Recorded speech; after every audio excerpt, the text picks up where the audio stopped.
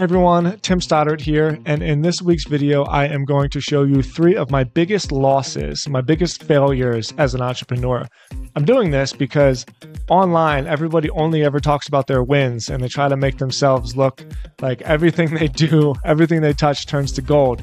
And that has not been my experience. I have had plenty of near catastrophic losses. And so I think it's important that we talk about our wins and we talk about our losses so that we can talk about our lessons.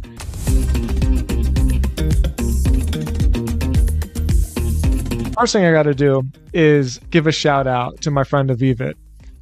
She is somebody that works in an adjacent industry to me. She's like an amazing person, an amazing entrepreneur.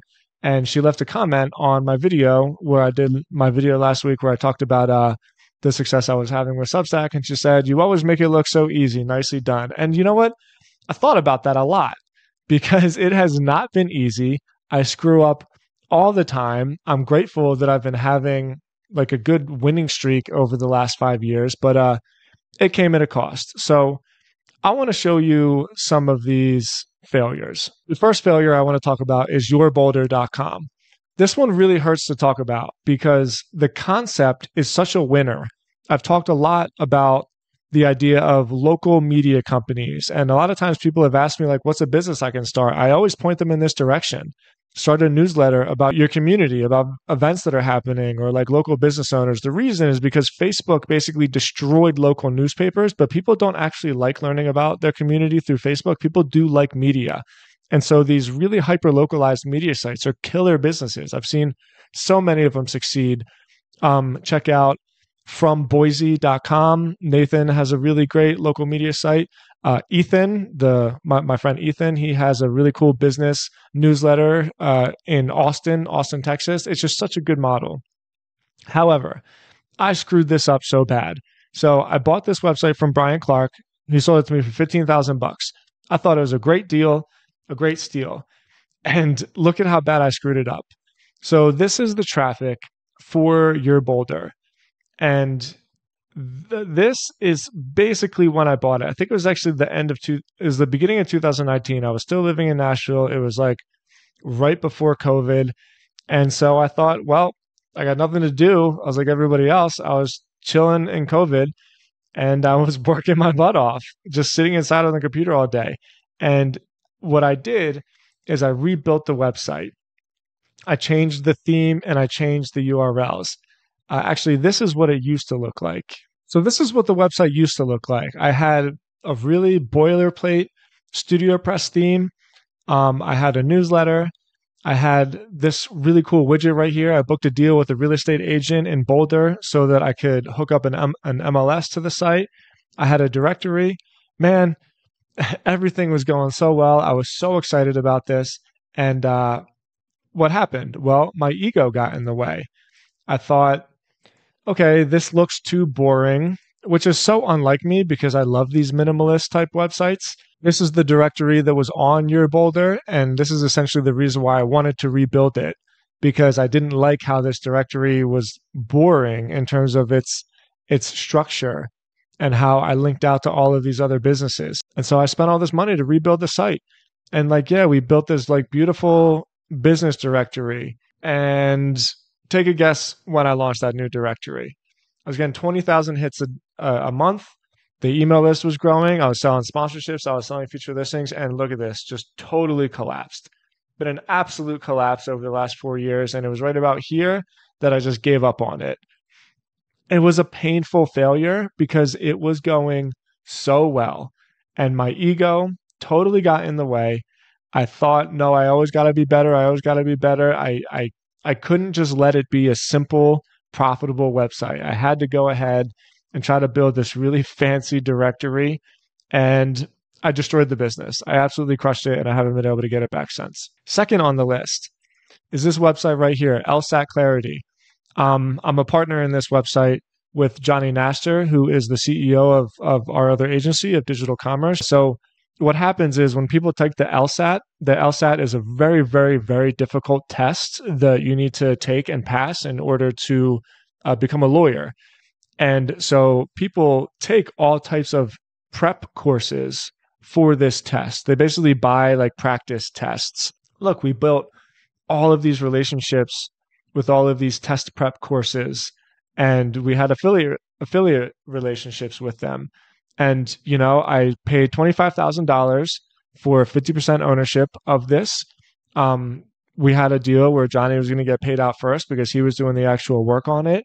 And by the time it was really ramping up, I was making $700 a month. I was getting paid $700 a month in free cash flow and hardly doing anything. And Johnny had his cut, and it was going so well. And then once again, boom. Um, there's nothing I can say about this site that we did wrong. The truth is, we did everything right. There's nothing that we could do other than Google just wrecked us. They just decided that they didn't like our website anymore, and we lost all of our traffic. So we used to rank number one for best LSAT test prep courses. All of these blog posts were ranking number one. Man, like we were crushing it. And we did such a good job because in these blog posts, we had all of these really good CTAs. It was such a good business, and I was so proud of it. And I thought it was such a cool little niche that we had found. And then for whatever reason, Google just decided that they hated us. So this is how we were making our money. So Magoosh right here, this is actually the name of one of the test prep courses. And we had this whole great system of like the different courses would show up and they would rotate in this pop-up. And yeah, we were making money.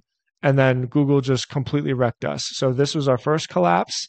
We were losing traffic. And then we kind of rebuilt it to make sure that we hired professionals, basically. It was a helpful content update that wrecked us. So we hired professionals, and we asked the professionals to go over the content and to verify the content by basically putting their email signature on it. And then we could link out to the author's credentials here in the author page. And, it just didn't work. We just couldn't get it back again.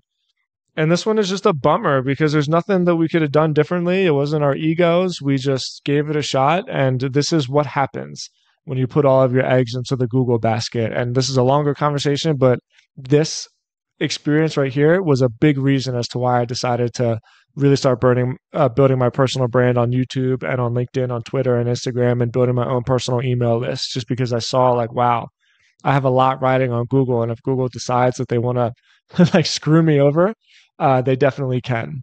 Okay, and then the last example is something that I'm not going to show you the actual example of because I think it would be like inappropriate.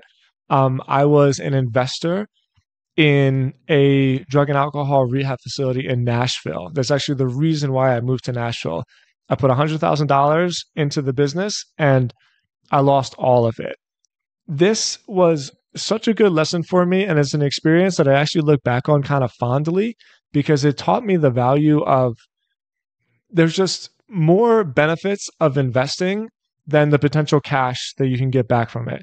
One, the lesson I learned was really important because it was the first time I learned about like hierarchy of paybacks. So the business itself, when it sold, it did actually cut a profit, but the first people to get paid was the debtors. After that, there was the people that were part of like the private B class, and then I was in the C class. And I lost everything, basically. I didn't get paid back a dime.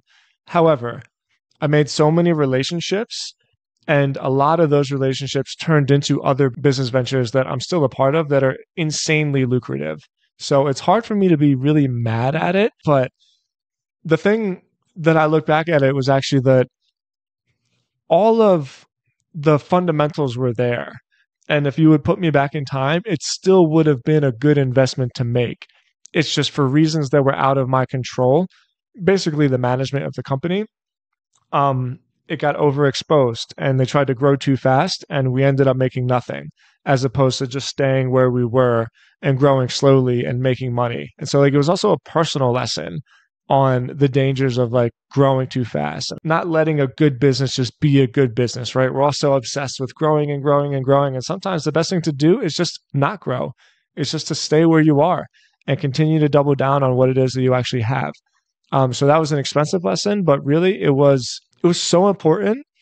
And I had my eyes open the whole time and I really, really felt the lessons and like allowed myself to feel them and applied them into future dealings. And it's all turned out great. Okay, so to wrap up, it does not always go well. I probably lost straight up like $180,000, but I'm up way more than that. And so if there is one overarching lesson here, it is that you keep trying opportunities because you never know which one's really going to take off, right? Like I never expected my personal newsletter and my YouTube channel to be generating so much cash. Also, that $100,000 investment I made, I really thought that was going to be a good one, and it completely went to zero. So you never know. Don't get too emotional about your investments. You never know which one's going to pay off, and just keep going. I sincerely hope that these lessons can be applied to you and that you can learn from them and use them as encouragement and motivation to keep going. But I also hope that every time you see somebody online that just like continuously posts their wins, believe me, they are not as special as they make themselves out to be. Everybody is just a human, including you. Stay humble, stay hardworking, stay foolish. All right. Thank you so much for watching this week's video. Please leave a comment, smash that subscribe button, and I'll talk to you guys next week. All right. Peace.